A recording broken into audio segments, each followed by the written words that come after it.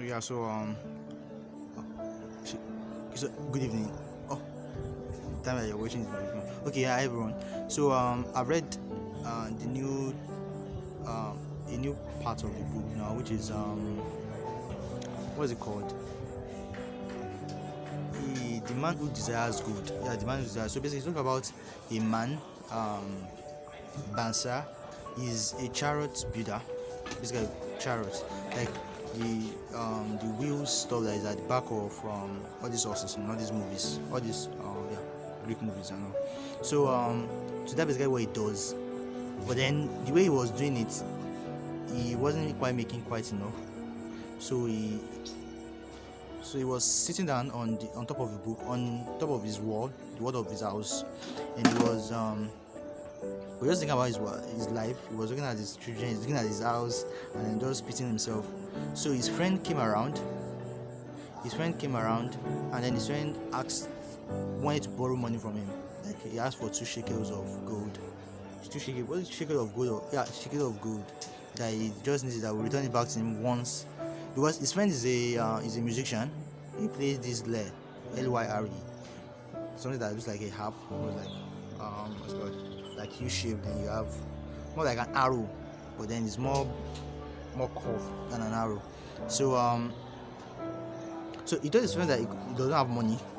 That and basically his friend was now observed the way he was acting, and he now asked him that what was wrong, because he was sad. So his friend told him what was wrong. So he told his friend that he had a dream. Now that in the dream he was financing the poor. He was, this. He was living happily. His wife was more beautiful and all. And his friend now told him that was that not the reason why he was sad, and he said that was that not a reason that he was having a dream, and then he woke up, and then he noticed that he was still suffering. So basically, so him and his friend now started discussing about their situation. So along the line, they came to the realization that okay, we can be in this. Like we were discussing. Now from that discussion, the discussion led to them talking about, or led to them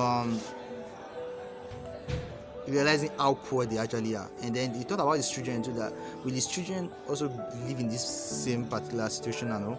So then they started thinking that okay, yeah, we have a friend, and that friend is actually quite rich. So they said, okay, let's go meet him. And then there's one emphasis that he said. He was like, oh, that if he goes to go and meet his friend at night, that he should be able to take some money from his purse. And then his other friend, the name of his other friend is Kobe, Kobbi. His other friend told him that that he obviously won't keep the money in his pocket. That the money will be in that he definitely has something that's actually bringing him money. Obviously, he can't be spending the money in his purse, and then he'll be able to like fill it up again, and then for the next day. So he's then in that thought of okay, then that means the guy has to basically be doing something to be bringing him money every day, even as he's sitting down. So him to now had the thought that okay, that means I should be able to find something to do that will be giving me money as he was sitting down on the wall as well. So then he said, okay, what can they do now? Because they didn't know the way. So he said he will go and meet his friend. He will ask him for that his friend for advice on how to actually break the jing, not yeah, like the yoke of not having money to be able to finance his family. So basically, what I actually learned from that page is that now we always tend to realize a lot by actually asking questions. Especially if you have a close person that, like someone close to you that you basically discuss with, you ask questions about yourself, you think about your situation. The thing might not necessarily be bad, but then just think about your situation, so you know how far you've come, and then how far you still need to go. So then from that discussion, you definitely take some key takeaways from that particular discussion.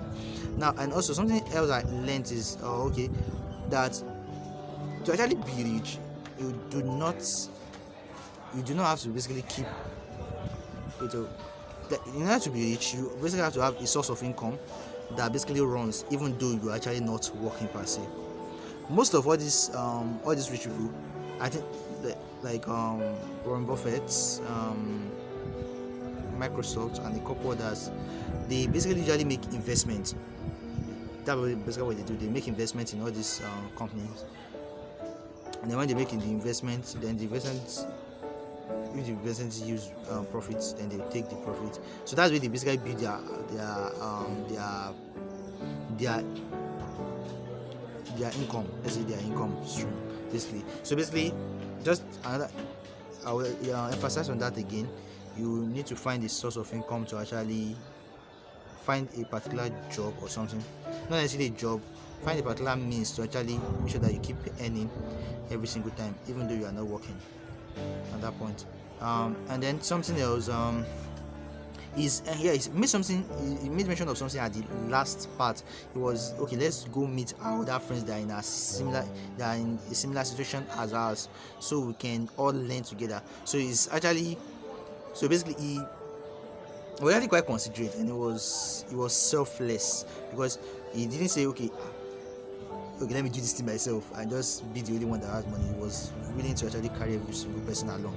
So that's basically takeaways I had from there. Number one, having discussions with people about your situation always tend to make you see the light, actually know your like actually realize the situation that you are in, and then have a source of income that basically have a means that will generate source of income for you, even though you're actually not working, like investment. But then be careful at the same time, and then also we be selfless. Being selfless actually helps a lot as well too. So yeah. So that's that for today. So till tomorrow, guys.